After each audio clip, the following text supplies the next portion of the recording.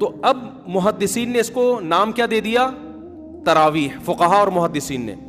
تو اس کی وجہ محدثین بیان کرتے ہیں کہ تراویح کا نام اس لیے دیا گیا کہ ہر 4 رکعتوں کے بعد تھوڑا ریسٹ کیا جا رہا ہے. اب مجھے بتاؤ یہ جو عربی لغت میں نا ایک ترویحہ 4 رکعت اور تراویح جمع اقصا ہے. عربی میں جمع کے لیے کم سے کم 3 فرد ہونا ضروری ہے. جیسے رجل ایک آدمی، بھائی چل رہی ہے ریکارڈنگ، رجل ایک آدمی، رجلانی 2 آدمی، رجال 2 سے زیادہ. تو تراویح 2 ترویحوں سے زیادہ، 2 ترویحیں بنتے ہیں 8 رکعتیں اور تراویح بنتی 8 سے زیادہ. کتنی زیادہ یہ اس میں سب آ سکتا ہے. تو 8 رکعتوں پہ تو تراویح کا لفظ فٹ ہی نہیں بیٹھتا. تو محدثین اس کو تراویح کیسے کہیں گے اور تراویح کے بعد کیوں باندھیں گے؟ اس زمانے میں اگر 8 رکعتیں ہو رہی ہوتی محدثین کے دور میں تو اس کو ترویحتین کہتے نا، وہ تراویح سے تعبیر نہ کرتے. سمجھتے ہو کہ نہیں سمجھتے؟ اور تراویح ہے بھی جمع اقصا. جمع اقصا کا مطلب عربی میں 2 قسم کی جمع ہوتی ہے، ایک جمع قلت اور ایک جمع کثرت. افعل، افعال، فعلۃ، افعلۃ، یہ 4 وزن جمع قلت کے ہیں 3 سے لے کے 9 تک. اور جمع اقصا کہتے ہیں جیسے مساجد، یہ جمع اقصا ہے، بہت ساری مسجدیں اور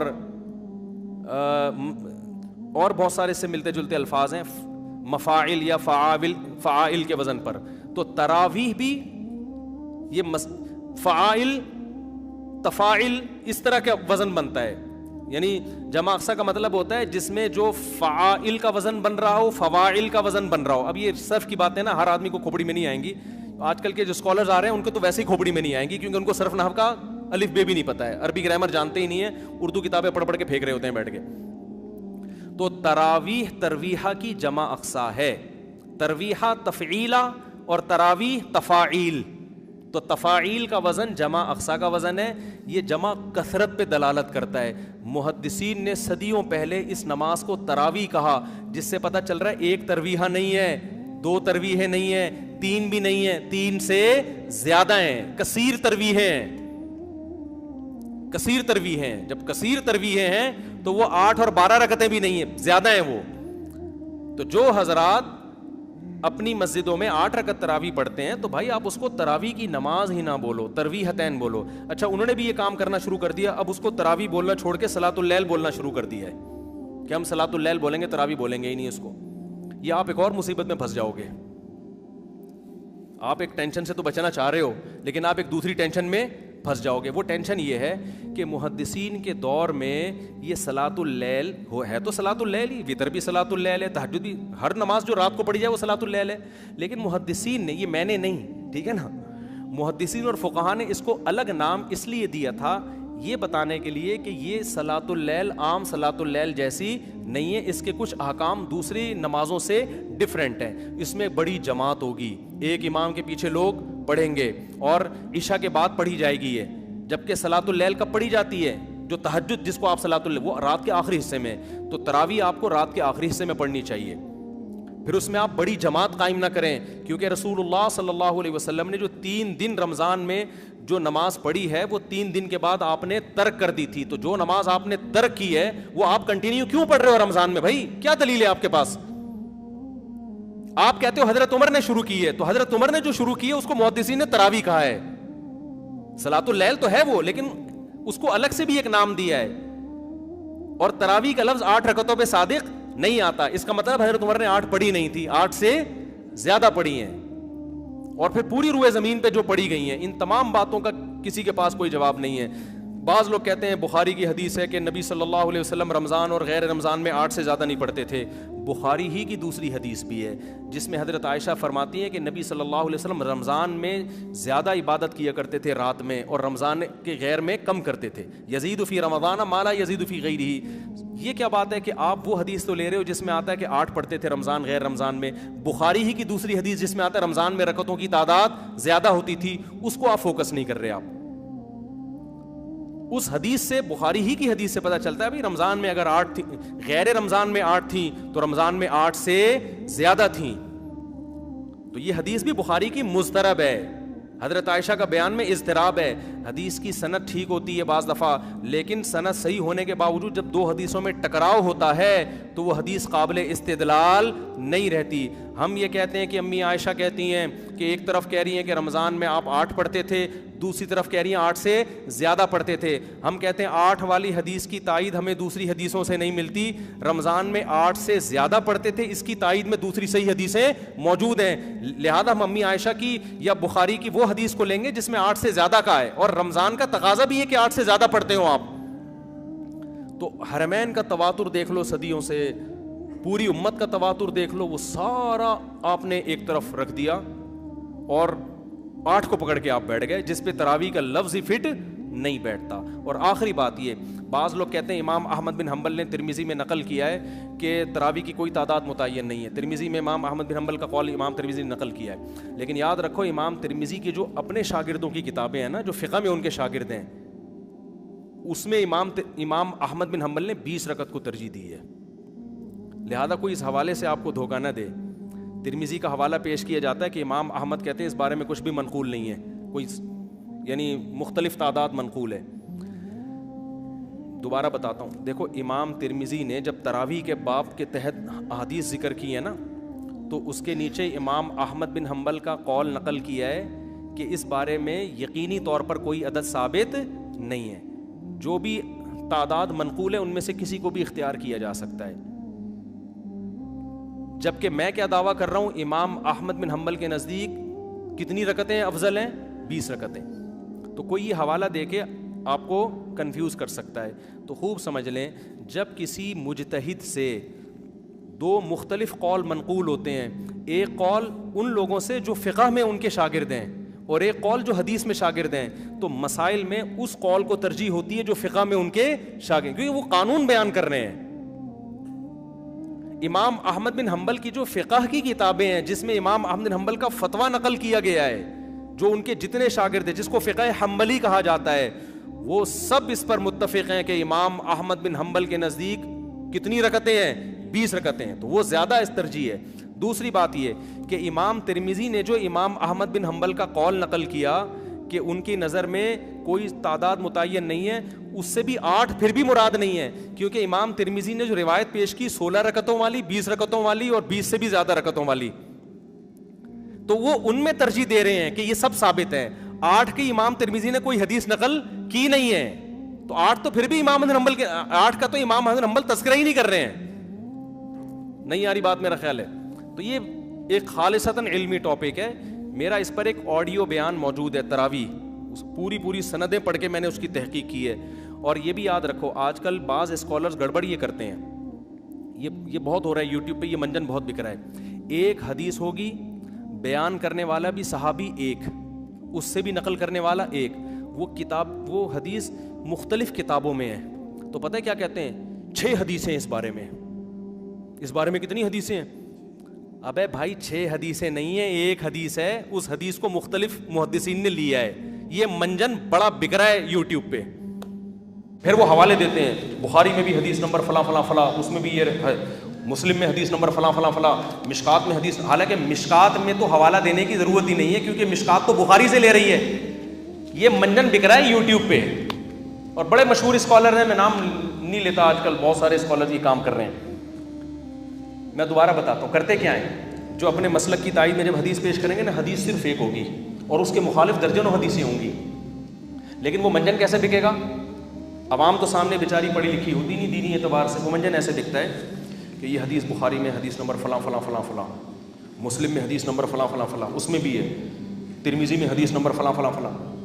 ابے یار یہ تو چل رہا ہے نا, اس کو آگے لے آئیں. ترمذی میں حدیث نمبر فلاں فلاں فلاں.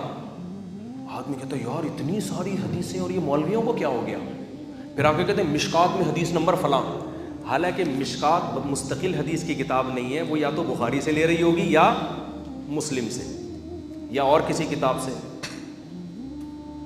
تو جب بخاری کا حوالہ دے دیا تو کمبخت مشکات کا حوالہ کیوں دے رہا ہے؟ ٹھیک ہے نا. یہ ایسے ہی ہے جیسے میں کہوں کہ یہ حدیث بخاری میں فلاں اور ریاض الصالحین میں فلاں صفحے پر, تو ریاض الصالحین نے تو بخاری سے ہی لیا ہے نا. یہ منجن بک رہے ہیں, اور حدیث صرف ایک ہی ہے وہ, نقل کرنے تو وہ درجنوں حدیثیں نہیں کہلائیں گی, وہ ایک حدیث کہلائے گی.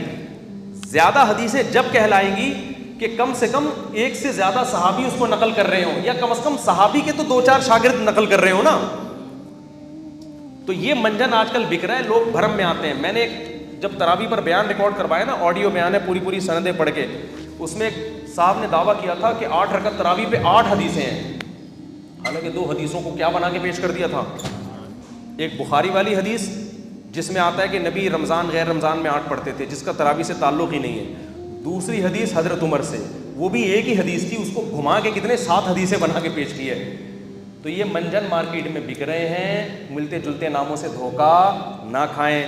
دیکھو دین قرآن و سنت کا نام ہے, اور قرآن و سنت کی وہ فہم جو ائمہ اربعہ نے جس کو سمجھا نا, اسلاف نے جس کو سمجھا, وہ فہم کو آج کے اسکالرز پہ آپ ترجیح دو, چاہے وہ سعودیہ کا اسکالر ہو, چاہے وہ دبئی کا ہو, چاہے وہ پاکستان کا ہو. آج کے اسکالرز پہ اعتماد نہیں کیا جا سکتا. لوگ کہتے ہیں مکہ کے اسکالر نے فتویٰ دیا ہے. بھائی مکہ کے اسکالر میں بھی دونوں طرح کے لوگ ہیں, وہاں بھی ایسے لوگ بھی ہیں جو مضبوط علم والے لوگ ہیں, اور ایسے لوگ بھی ہیں جو سرکاری ٹائپ کے ہیں, گورنمنٹ جو کہہ رہی ہے وہ فتویٰ دے رہے ہیں. ابھی تو وہاں تو خلا اتنا آسان ہو گیا سعودی عرب میں, لیکن اس میں بھی آپ کو فتویٰ مل جائے گا کہ وہ صحیح ہے. تو تحقیق کہاں ہو رہی ہے؟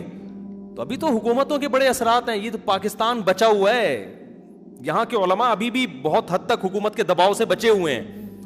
لہذا یہاں غلط اسکالر بھی بھرپور ملیں گے, صحیح اسکالر بھی بھرپور ملیں گے. لیکن یہ میں آپ کو بتا دوں کہ جب تک پراپر وے میں انسان علم حاصل نہیں کرتا اور اپنے علم کو اسلاف سے جوڑتا نہیں ہے, صرف اپنی کھوپڑی استعمال کر کے لوگوں کو گائیڈ کرے گا, تو وہ غلط گائیڈنس کی طرف لے جائے گا, وہ لوگوں کو صحیح رہنمائی نہیں کرے گا. یہ بڑا مسئلہ ہے آج کل. تو آپ اپنے علم کو اسلاف سے جوڑیں اور دیکھیں ماضی کے فقہا کیا کہتے تھے. ان میں غلطی کا امکان کم ہے, آج کل لوگوں میں غلطی کا امکان زیادہ ہے, کیونکہ علم اٹھ رہا ہے, علم پھیل نہیں رہا. حدیث میں آتا ہے قرب قیامت میں علم اٹھے گا.